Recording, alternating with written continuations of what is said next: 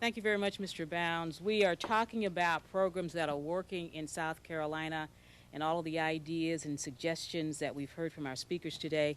I'm sure a part of the programs that we're going to be talking about. And also, the panelists today have been involved in making sure that we have some of the best practices available to South Carolina schools. And I'm going to do really quick introductions of all of you, and if you'd like to add something, please do. Closest to me, Mr. Robert Barnett. Mr. Barnett is the Associate Vice President, Workforce, Education, and Manufacturing Policy with the South Carolina Chamber of Commerce. He's been with the Chamber since 2006, but before that, he had 33 years managing chemical and manufacturing plants. And next to Mr. Barnett is Dr. John Lane. Dr. Lane is an Education Associate, Office Student Intervention Services with the South Carolina Department of Education. Dr. Lane, along with his colleagues, has the awesome responsibility of the full implementation of the Personal Pathways to Success program, and I'm sure he's going to tell us exactly what that is. Next to Dr. Lane is Aveene Coleman. Aveene, did I get that right? Yes, you did. Great. Aveene is also an Education Associate with the Office Student Intervention Services with the South Carolina Department of Education. Ms. Coleman provides technical assistance and professional development in the areas of dropout data collection, dropout prevention strategies, and alternative school programs. Do you say data or data? I say data. She says data. Okay. Next to Ms. Coleman is Matthew Costello. Mr. Costello is the Executive Director of the Eau Claire Promise Zone. This is an exciting program. I did something on it not too long ago, and also the one down in Charleston, so want to hear your perspective on this and what's happening.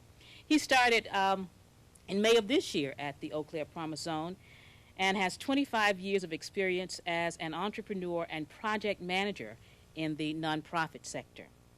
And next to Mr. Costello is Kimberly Butler. Ms. Butler is Program Manager with Palmetto Health, Office of Community Services. Kimberly is also a Certified Health Education Specialist. In her position at Palmetto Health, she manages community grants and coordinates teen pregnancy prevention programs. And next to Ms. Butler is Representative Jerry Govan. Representative, thank you very much for being with us today. Representative Govan was elected to the South Carolina House of Representatives in 1992. He has served in that position for the last 19 years. That long, huh? Does it seem like 19 years? Doesn't seem like time too much fun, huh? Sometimes. He represents the 95th District. Panelists, thank you again for being with us today. And obviously the question is, how do we keep our children in school? And I'm really going to ask the bravest of the lot here to start the conversation. Was there anything that you specifically got from the previous presentations that caught your attention that you can build on? Yes, sir. I'll start it off and jump into the fire. I'd say yes. There were some very intriguing things that were said. And I share this with you from the perspective, you said to throw in some other things. I'm also a certified teacher and a county attendance supervisor. And so this thing of education is very real to me. But there were several things that were said. And I think three things stand out in my mind in terms of from the presenters. First of all, that education in this state must be value-driven.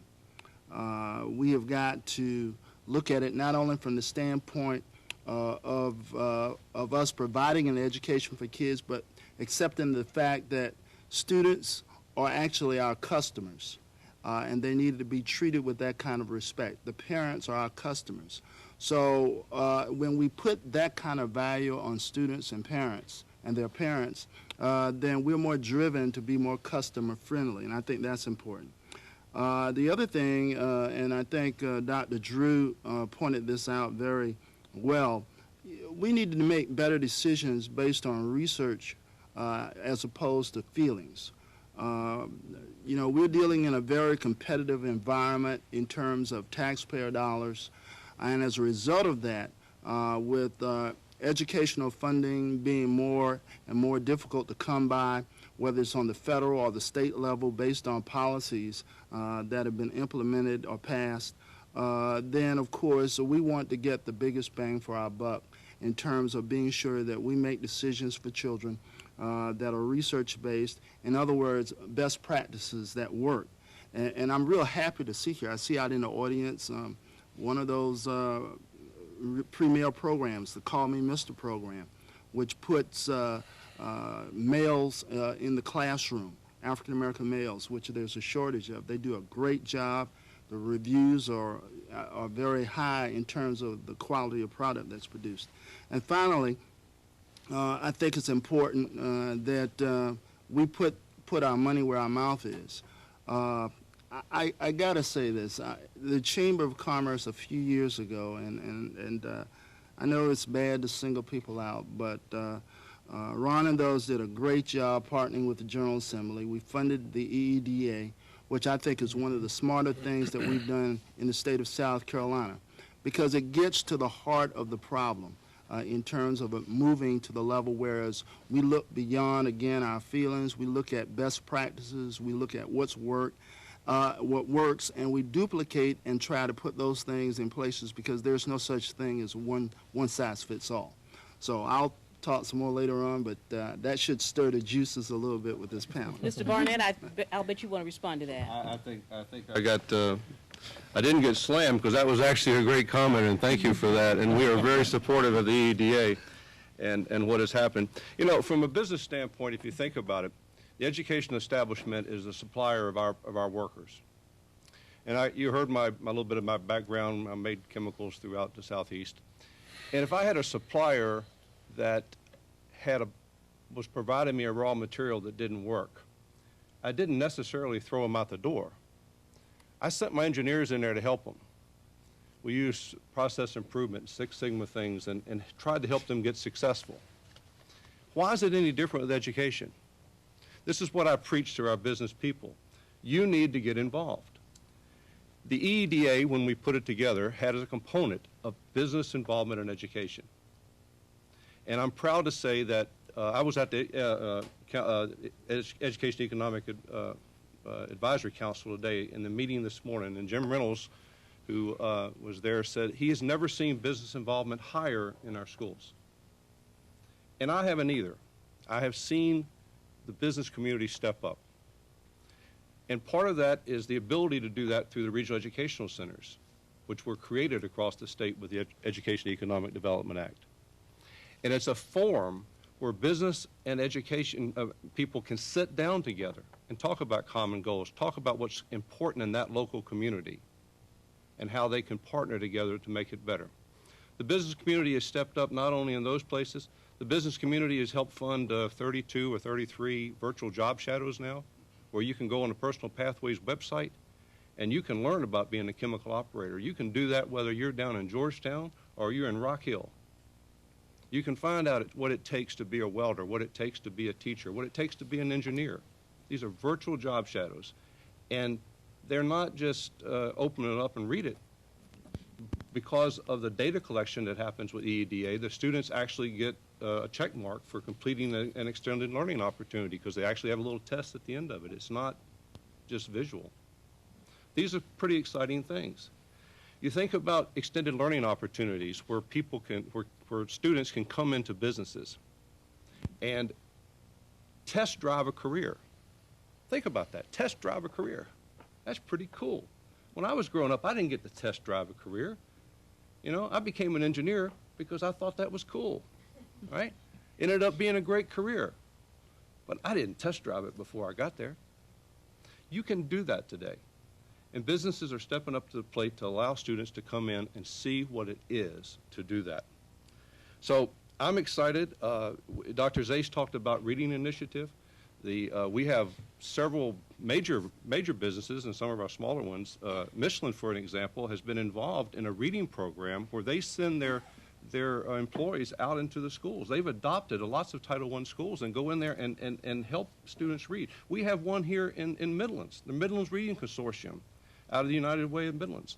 They have lots of business partners that are going into these schools, in Richland I schools, and are in fact spending an hour and a half of their time mentoring students. So we're excited about the reading initiative that Dr. Zay's talked about. We want to be very supportive of that. We're excited about where we are with the EDA, and we want to continue the funding and make sure that that continues. And more importantly, we want to be involved, and we want to be at the table, and we will be if you let us. Thank you. Did anyone? Yes. I'd Kimberly. like to comment. I just want to prove that I'm just as brave as you, Representative. At Palmetto Health, Dr. Drew, I believe, said something that really resonated. He said that we have to think about students in the context for which they are, so community, school, home, and the actual student. Well, that's the basis of a lot of public health and social work theories right now. At Palmetto Health, we tithe 10% of our bottom line, 10%. Of our bottom line back to the community, because we know how important the community is to our hospital. And one of those initiatives that we focus on is teen health. Now, you may think, why is teen health important to school dropout? How many parents in here can admit that they've talked to their students about sex and sexuality? No one, thank you. And that's why I'm employed by Palmetto Health. At Palmetto Health, we have a few different programs, youth development programs for middle and high school students in Richland and Lexington counties to help our parents start those conversations about sex and sexuality.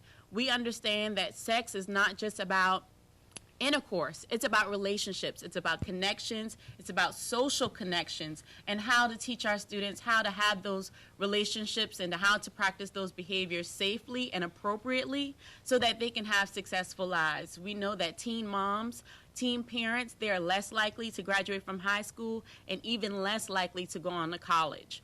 So while we know that high school is important, we want our students to have a productive future. We want to give them the edge before they start their lives with unforgiving challenges. 21 students, 21 girls give birth in South Carolina each day. 21. Now, the chances of, unless you're a Duggard, the chances of you having one of those kids each day is pretty slim, but the chances of your child being friends with that girl that gave birth that day increases your chances just a bit. So it's not just your child, but it's the communities and the communities that we have to think about. Well, it's a good connection between business and what business can do to make a difference in education. Right. I do have to ask Dr. Lane, what exactly is the Personal Pathways to Success program? And that is a very good question. Actually, Personal Pathways to Success is just a marketing term for the Education and Economic Development Act. Oh. And since I've got the mic, I'd like to respond briefly to your earlier question in reference to what was said by some of the other speakers that may have piqued our interest just a little. And three things were said that I think are critical. One, reading is essential. When I was an elementary principal, I was determined that every child would be reading by the end of second grade. Because I realized that, as Dr. Zay has indicated, once a child entered the fourth grade, if he or she could not read, they were almost, destined to fail in school. Additionally, I feel that education has got to be child-centered, and as he said, not teacher-centered, not administrator-centered, and believe it or not, parents, not even parent-centered. It's got to be child-centered. And last but not least, one of my greatest challenges I had as a school principal was helping schools and districts realize that one size truly does not fit all. We've got to target our intervention strategies to meet the needs of individual students. And whenever we do that, we can and will make a difference. I'd like to share one other comment. This is referencing something that Mr. Brown said. There really is light at the end of the tunnel. The At-Risk Student Committee started this work about 5 years ago, in which, with the assistance of the National Dropout Prevention Center and the State Department of Education, vetted over 55 evidence-based programs that were designed to help students be successful in school. Their work has shown that when we utilize appropriate evidence-based interventions that are targeted to meet the specific needs of students, we can make a difference. During the past 4 years, over 65 students have participated in at-risk student initiatives and programs that either have been endorsed or funded by the Education and Economic Development Act. Of those 65,000 students, 96% of them are either enrolled in school today or have graduated. That is, yes, that is phenomenal. Why is it phenomenal? Because these are the students who educators across the state had identified as being most at risk of dropping out. In fact, the 2010-11 data indicates that of the students who participated in the program just last year, the dropout rate for those students is 1.29%. Again, that is phenomenal progress. So yes, when we utilize programs that are specifically targeted for students and their individual needs, we can make a difference. Now, what are some of the things that these programs have that we've identified that do help? One, rigor. We cannot emphasize that enough. Believe it or not, students at risk do not need the curriculum standards lower. They need the standards to remain high, and in fact, they need to be lifted, raised. Relevancy. They've got to see the connection between what they do in the classroom and where they want to go in life. Last but not least, and this is critical, relationship. Students who are at risk of dropping out of school need to feel and must feel connected to the school and to educators and to their futures. And when we think in terms of relationship, there are 5 elements to a relationship that affects at-risk students. 1, the student and self. 2, the student and teacher. And this is critical. The at-risk student must believe that his or her teacher believes in him or her and actually wants him or her to succeed. You cannot imagine what it means to a little boy in the 2nd grade who feels that his or her teacher does not want him in that classroom. That is a potential dropout. Then the relationship of the student and the classroom, the student and peers, and last but not least, in fact, probably the most important, the student and home. Whether good or bad, the home is still the center of the child's life. And the educators must involve the home when attempting to help at-risk students. Thank you. Rigor, relevancy, and relationships. 3 R's. Really very important. I want to ask Ms. Coleman next to you to talk about what you do, because you deal with all the data that relates to the dropout issue. Yes, I collect the data for the entire state. We collect grades 7 through 12. We've seen improvement in that data for the past 2 years, which is wonderful. Last year we had 800 fewer dropouts reported across the state, and we say that's tremendous because one of the populations that we've seen that had the increase for years and we couldn't seem to move that number was the 9th grade population. Finally, we moved that number from 29% of those students dropping out to 27%. That is tremendous because that's that population which is, if they're stagnant, they never complete their high school diploma. So that was tremendous. And for all the students in all demographics, we saw an improvement, meaning that we had less students dropping out from all different demographics, which was great. We take the data that's submitted statewide, we take that data and we look at what's going on with those students. And what we've learned through our process is that students have problems with attendance, behavior, and gaining course credit.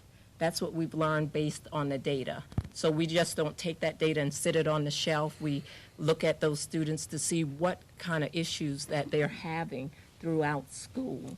So that's important so that when districts go back and review the type of programs that they're implementing as a part of EEDA and other at-risk programs that we have at the state level, they can have that information saying that we need to go back and look at some programs that address attendance, programs that address behavior, and programs that address course credit.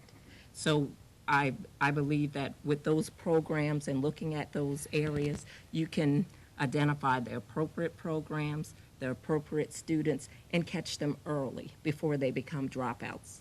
So you get an overview of how your data looks, so you can go back the next year and say, these are the students who are having problems now and have had problems since elementary school and middle school, so we really need to grab our arms around them now to make sure that they graduate on time. Okay, we'll have to get more information about those programs, the ones that are really working. We have got to bring Mr. Costello in. The Eau Claire Promise Zone, we know that's worked in places like New York. It's now here in South Carolina. We're fortunate to have Mr. Canada, the brother of the originator of the program, right here in Columbia. So tell us more, though, about what's happening as relates to the Promise Zone here in the Midlands. Well, the Eau Claire Promise Zone is based on the principles of the Harlem Children's Zone. We're 2 years old. It's a grassroots organization, but based on the principles of Harlem Children's Zone and the Promise Neighborhood Movement. And that is essentially, it takes a village to raise a child. We've all been at a barbecue or a cocktail party where people pull us aside and say, oh, the dropout reason is because of parents or because of kids or because of schools.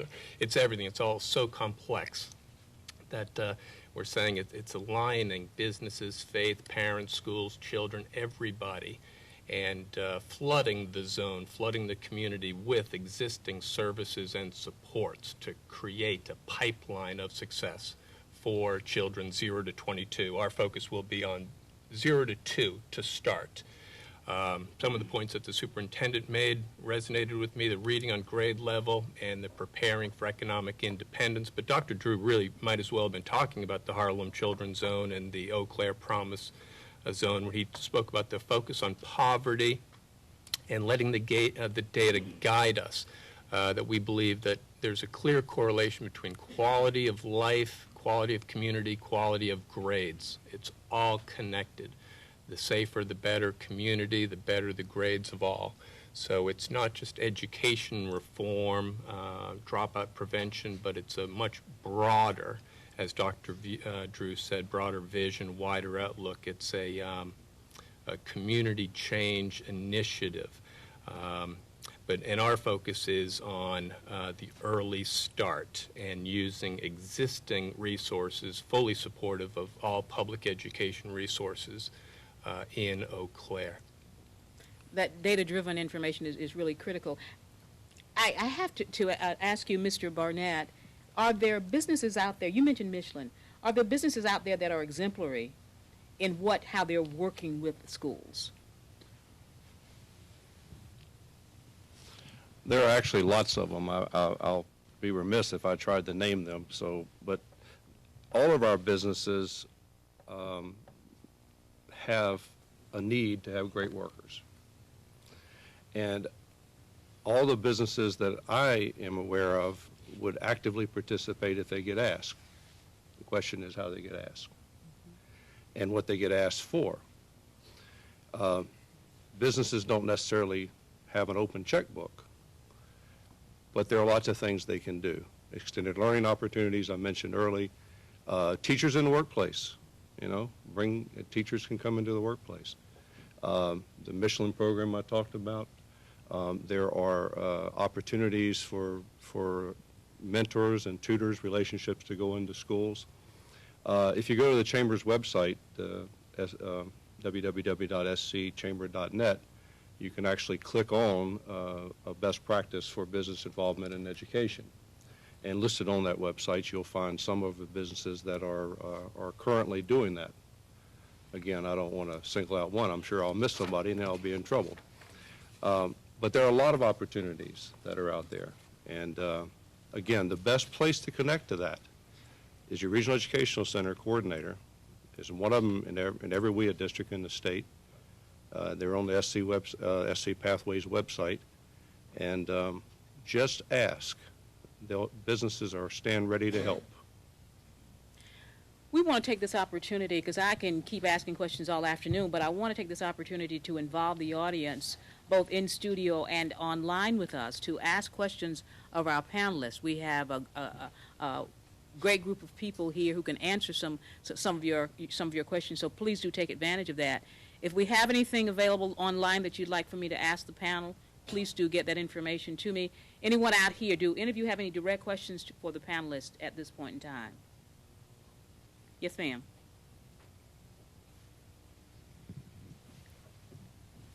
I'd like to thank all of you, but I've heard so much.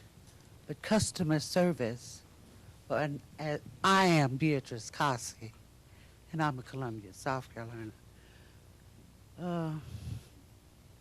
I live now home, which is Columbia. Now, given that statement, you may check me out and you'll know who I am later. But it's important. All of you mentioned the stats of those who are dropping out. Also mention those who are having babies per day. Also mentioning the prisons. Now those are the mothers that we have had 4 generations of. None of you have spoken customer service to that group. However, there is a elementary school for the past 3 years that has been addressing that. It's called Watson Nance. They have had a parental informational center working with the parents who come in and volunteer to take their class. What other school is doing that? Customer service for people in prison. No. I'm sorry. Customer service to the parents of the children that are entering 4 years old up. You have stated carefully the stats of how many drop out. You have carefully stated the numbers of children who are having babies, and we are talking about the home. Customer service to parents is what you're saying? Okay.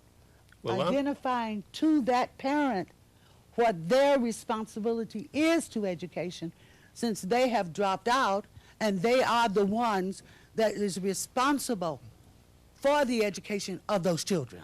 I got you. We're talking about parents and serving those parents. well, at the, Now, they do have these large programs where their delegation is as large as this. At the Eau Claire Promise Zone, I'm employee number 1. Employee number 2 will be a family services coordinator, somebody whose special role will be to work with the young moms and the 0 to 2 population. So that'll give an indication of the priority that my organization is playing on, is paying on the young mothers. Yeah, but not just the young mother. You see, remember when that child comes into the school district and their parents are the dropouts, their opinion has to be changed in order to provide the help for you. And you cannot give that to the communities we're talking about at a large group like this, because they're not going to give you the fact that they dropped out or their anger. And many of the teachers have made a decision that their children can't learn, nor do their parents want to learn. Thank you so much, ma'am, for your question. Yes, ma'am, you had another question? Yeah, I just wanted to mention the role of public libraries in our state and the good work that they do in approaching some of these problems. One of the programs that I want you to know about is called Real Mommies Read out of Spartanburg. And they work with not just the 0 to 4, but they also work all the way through lifelong learning. And I think that would be an excellent place to get those resources. And if I may, Ms. Bennett, Yes. I'd like to refer her also, and there are several programs across the state that truly do address the needs of parents. One that I like in particular is Family Solutions, which is in Richland School District 2. If you would call their district office and ask for their Family Solutions coordinator, I think you would be very pleased with what that program is about and how they are truly addressing the needs of families, and of not just the current generation, but even second and third generation issues that have tended to put students and families really in positions that cause students to be at risk. It's called Family Solutions. Yes. Yeah, I just like to just make a quick comment, because I don't think we should really missed the main point of what she's talking about, because I think that that's at the root of our problem. You know, we're talking about systemic educational issues here that go back generations. I used to run a program working with pretrial intervention, and then later on with the Assault on Drugs Task Force. That was back in the late 80s, because that's when the crack cocaine epidemic hit South Carolina. And so what we've seen since that time, we've seen 2 generations go by in terms of parents who were on drugs or having other issues, poverty, drugs, etc. Then they had a generation of kids. And what the research, which was stated earlier, is there's a direct correlation between the poverty and also a direct correlation between that and the educational level of the parent in terms of how the student does. And so when you look at those factors, that makes that child more at risk. And despite all the programs and initiatives that we have, if we don't address those things, then the ball continues to steamroll. And I think that's what she was trying to get at. And I mean, the legislature, I see Representative Breland in the audience. I mean, we passed Act 135 at one time that dealt with parenting. But, you know, if you look at where we are now, we've put programs and initiatives have been in place at the State Department to deal with dropout prevention. Some of those have hung around, some of those programs are gone. So I guess the question is whether we're going to sustain the effort. Dr. Zayas mentioned, for example, financial literacy. Well, the legislature passed the Financial Literacy Act in 2005, which made it mandatory that financial literacy education be taught and put in curriculum and standards from K through 12. Well, because of funding issues, that program was suspended. I mean, it's almost like we're making 2 steps forward, take 2 steps forward and make a step back. And I think those are the kinds of concerns and issues that we have. It's not that we haven't been on the right track.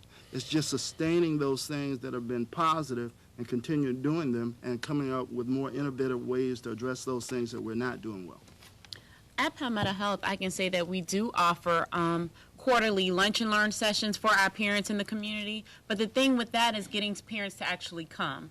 So that seems to be our big issue, recruitment and retention of parents, because we're offering great information, but we're trying to find ways to keep them engaged in topics that they want to learn more about. But for our teens that are pregnant and parenting, we do have Palmetto Healthy Start, which offers in-home case management. So you have a resource mother that comes to your home and help you work through those life issues that you may not be able to help get through on your own or with your parents. So we do offer those resources as well through Palmetto Health. Yes, sir. Real quick.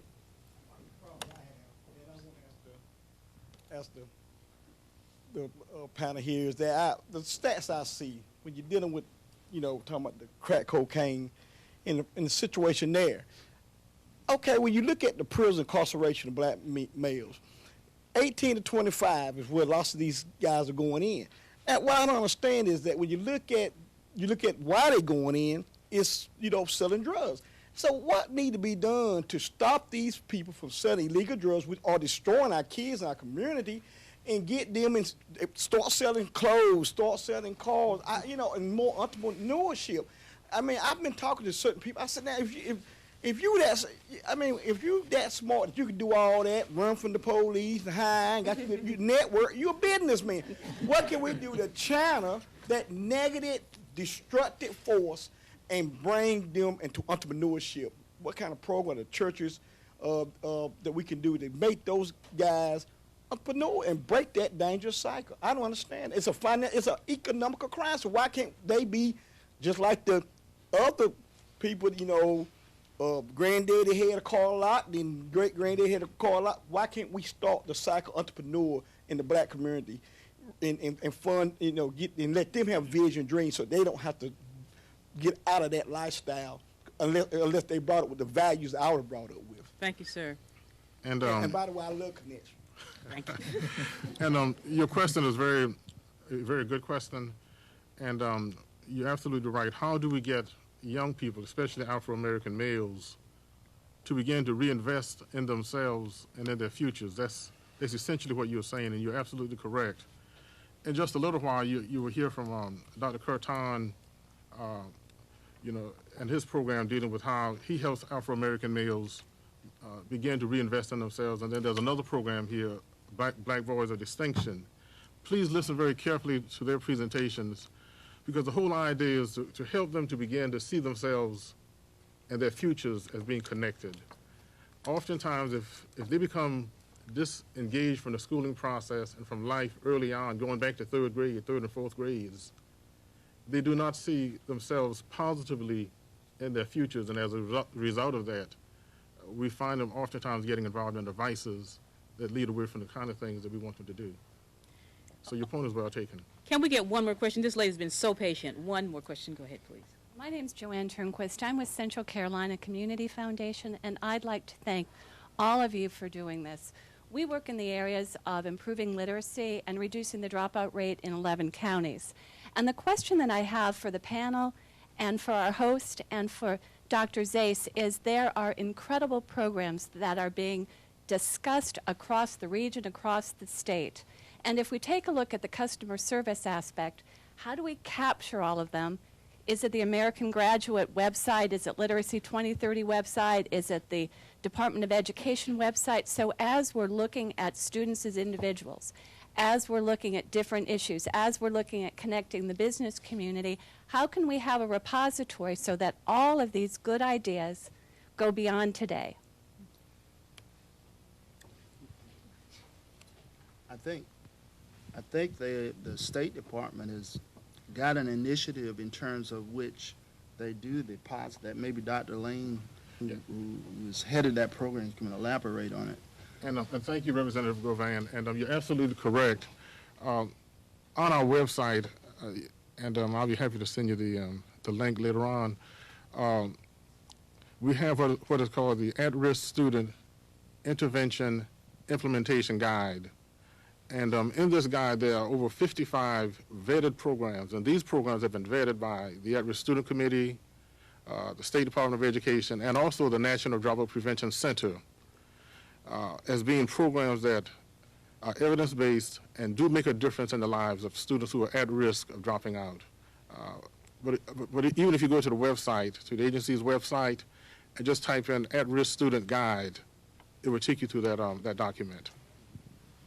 So the information is out there. Guys, we are actually out of time for our panelists. Please do give them a hand. We appreciate them coming by today and sharing all this wonderful information for us.